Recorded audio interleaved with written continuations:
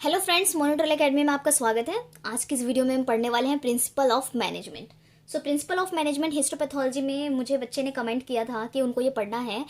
आज की इस वीडियो में हम पढ़ने वाले हैं प्रिंसिपल ऑफ मैनेजमेंट। बहुत ही बेसिक सा टॉपिक है फ्रेंड्स, हमारा हिस्टोपैथोलॉजी का टॉपिक है। ये बहुत ही इंपॉर्टेंट है, आपको ये मार्क्स स्कोरिंग में बहुत ही हेल्प करेगा। ठीक है, प्रिंसिपल ऑफ मैनेजमेंट पढ़ते हैं हम। फाइल्स जो बेसिकली प्रिंसिपल ऑफ मैनेजमेंट है, इसमें डिवीजन ऑफ लेबर है।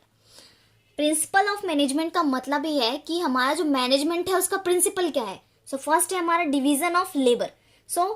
File says that division of labour leads to फाइजोल है। फाइल क्या है, फाइल सेज करता है, कहता है कि जो डिवीजन ऑफ लेबर है वो क्या लीड्स करता है, जो स्पेशलाइजेशन। ठीक है, specialization which increase the efficiency of individuals employees. तो क्या है, जो इसकी एफिशिएंसी बढ़ा देता है, जो एम्प्लॉयज की एफिशिएंसी है उसको क्या करता है, इंक्रीज कर देता है। The work of all kinds must be subdivided and given to a number of person. जितने भी पर्सन वहां वर्क कर रहे हैं लैबोरेटरी के अंदर, और हर एक को एक एक काम डिवाइड किया हुआ है। Sub division makes work simple and result is greater efficiency. अगर हम हर किसी को उनका काम सौंप दें तो बहुत बेहतर तरीके से वो कर सकते हैं। ठीक है, अगर आपने 4 काम चारों इंसान को दे रखा है और उसमें कोई डिस्ट्रीब्यूशन नहीं है, कोई काम कभी भी कर सकता है, तो कोई काम ऐसा भी है जो रह जाएगा। ठीक है, क्योंकि उसको लगेगा कि वो काम मैं कर रहा हूं, उसको लगेगा वो काम मैं कर रहा हूं। ठीक है, सब डिवीजन बहुत ही ज्यादा जरूरी है काम के अंदर। By repeating a small part of work, the individual occurs the speed, accuracy in its performance and the efficiency of whole organization will improve. ठीक है, ये रिपीट करता है, small part of the individual occurs the speed, इसमें speed को भी अकर करता है और एक्यूरेसी और परफॉर्मेंस को भी, उसकी एफिशिएंसी को भी उसमें इंप्रूव होता है। अगर कोई पर्सन कोई वर्क कर रहा है, उसको कोई काम दिया गया है, ठीक है, तो वो कोशिश करेगा कि मैं कितनी से कितनी जल्दी कर सकता हूँ। ठीक है, अगर लैब के अंदर आपको कोई वर्क दिया था, कोई टेस्टिंग दी जाती है, तो आप यही सोचेंगे कि मैं उस टेस्ट को कितनी बेहतर तरीके से कर सकता हूँ। तो ये क्या है, हमारा प्रिंसिपल ऑफ मैनेजमेंट है, किस तरह से हम कर सकते हैं कोई काम अच्छी तरीके से, बहुत ही कम टाइम में और बहुत ही बेहतर। ठीक है, जिसका रिजल्ट डबल हो। Parity of the authority responsibility. Parity क्या है हमारा, equality of authority and responsibility. इसमें क्या है, there should be equality between authority and responsibility. Authority और रिस्पॉन्सिबिलिटी की इक्वालिटी को दर्शाना। ठीक है, giving authority without given responsibility can lead to improper use to authority. क्या है फ्रेंड्स, अगर आपको अथॉरिटी दी जा रही है, ठीक है, responsibility without given responsibility and leads to improper use of authority. अगर आप इम्प्रॉपर तरीके से उस अथॉरिटी की, उस रिस्पॉन्सिबिलिटी को मिस यूज करते हैं, ठीक है, if a person is given some responsibility, वो ही और शी भी हो सकते हैं। अगर कोई रिस्पॉन्सिबिलिटी दी जा रही है, must also be given sufficient full authority. अगर आपको कोई रिस्पॉन्सिबिलिटी दी जा रही है तो आपको उस चीज की फुल अथॉरिटी भी दी जाएगी।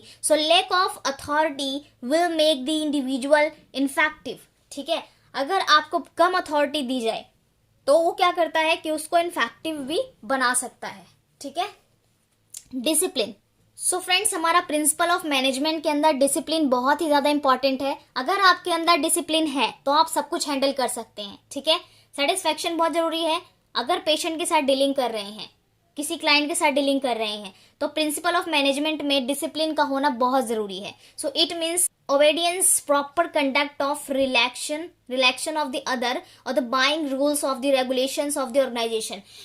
जो हमारा ऑर्गेनाइजेशन है उसके कुछ रूल्स होते हैं, कुछ नियम होते हैं जो कि प्रॉपर तरीके से डिसिप्लिन में रहकर पूरे करने होते हैं। ठीक है, अगर आप अपने व्यवहार को, अपने बोलने के तरीके को, किसी को समझाने के तरीके को नहीं बदलेंगे, आप किसी से तू तड़ाक करके बात करेंगे मैनेजमेंट के अंदर, तो क्या होगा कि वो आपको बहुत ही छोटे लेवल का समझेगा। ठीक है, तो डिसिप्लिन बहुत ही ज्यादा इंपॉर्टेंट, बहुत ही ज्यादा मायने रखता है किसी से बात करने में, कन्वर्सेशन करने में, या फिर किसी को समझाने में, किसी को समझने में। डिसिप्लिन बहुत ही ज्यादा जरूरी है।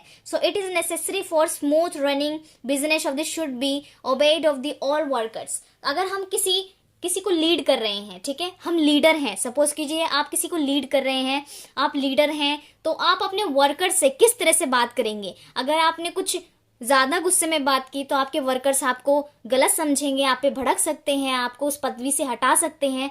तो हमेशा एक डिसिप्लिन बनाए रखना होता है वर्कर्स और लीडर्स के बीच में, ताकि वो अपनी छोटी छोटी बातें आपसे शेयर करें, आपको आगे कुछ करने के लिए आपको थोड़े सजेशंस दें, आपको उसे लेना चाहिए। ठीक है, तो डिसिप्लिन का मतलब होता है कि आदान प्रदान, एक दूसरे को समझाना और समझना। ठीक है, आप एक डिसिप्लिन मेंटेन करते हैं दो पर्सन के बीच में। So it should also be a part of management. तो क्या है, ये हमारा एक मैनेजमेंट का भी पार्ट है। So it is maintained if there are good supervisor at all levels, rules are clear and penalties are given. ठीक है, सो फ्रेंड्स, अगर कोई भी सुपरवाइजर इस चीज को मेंटेन करता है, ठीक है, और इस लेवल को, रूल्स को क्लियर करता है, तो उसमें क्या होगा, उसको पेनल्टी की जाती है। ठीक है, पेनल्टी दिया जाता है।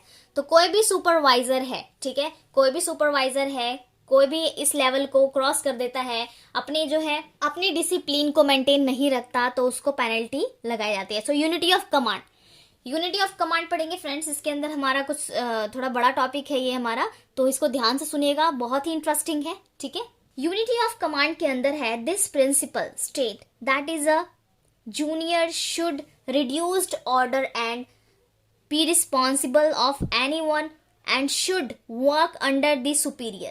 अब इस प्रिंसिपल के अंदर क्या है, हमारा जो जूनियर क्या होते हैं, जो रिसीव ऑर्डर करते हैं, जो उनको ऑर्डर रिसीव होता है, सपोज कीजिए उसके सुपीरियर पर्सन ने उसको,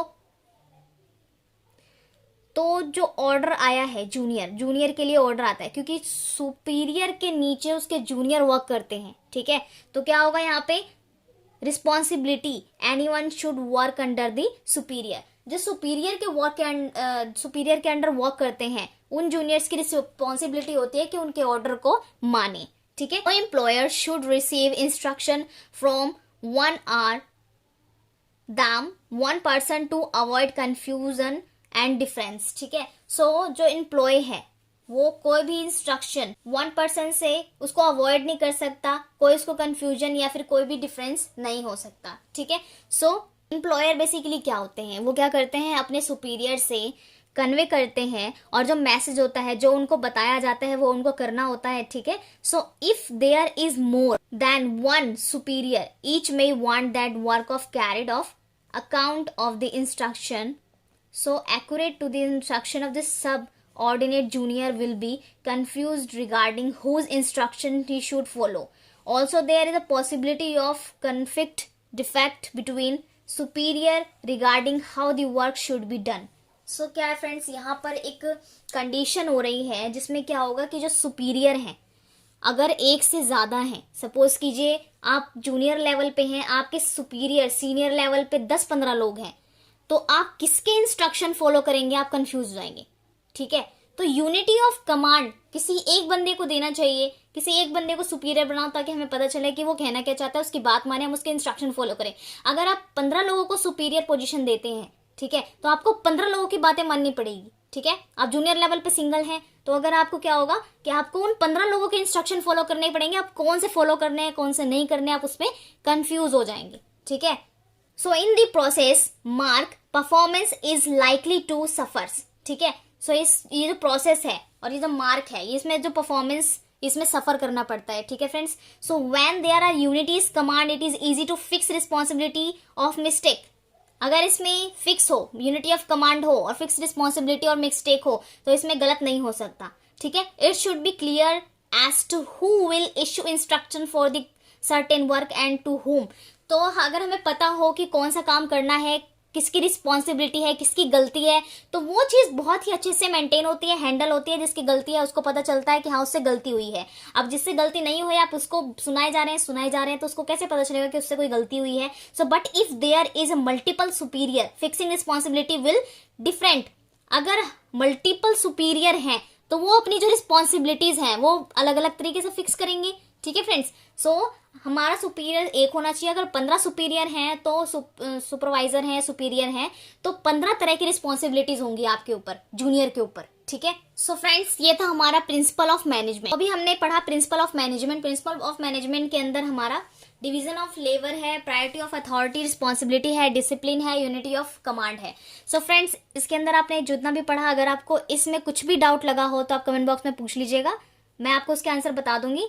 और फ्रेंड्स, अगर इसके रिगार्डिंग हिस्टोपैथोलॉजी के अंदर आपके और भी टॉपिक्स हैं जो क्लियर नहीं हो रहे हैं, या फिर हेमेटोलॉजी से रिलेटेड है, माइक्रोबायोलॉजी से रिलेटेड कोई भी टॉपिक है, तो आप कमेंट बॉक्स में लिख दीजिएगा फ्रेंड्स। जो आपको समझ में नहीं आ रहा हो उसके ऊपर वीडियोस बन जाएगी। कोई क्वेश्चन है, कोई डाउट है तो आप कमेंट में लिख कर बता दीजिएगा। सो फ्रेंड्स, वीडियो अच्छी लगी तो इसे लाइक कीजिएगा, फ्रेंड्स को शेयर करना मत भूलिएगा और चैनल को सब्सक्राइब कर दिए। थैंक यू सो मच, मिलते हैं नेक्स्ट वीडियो में।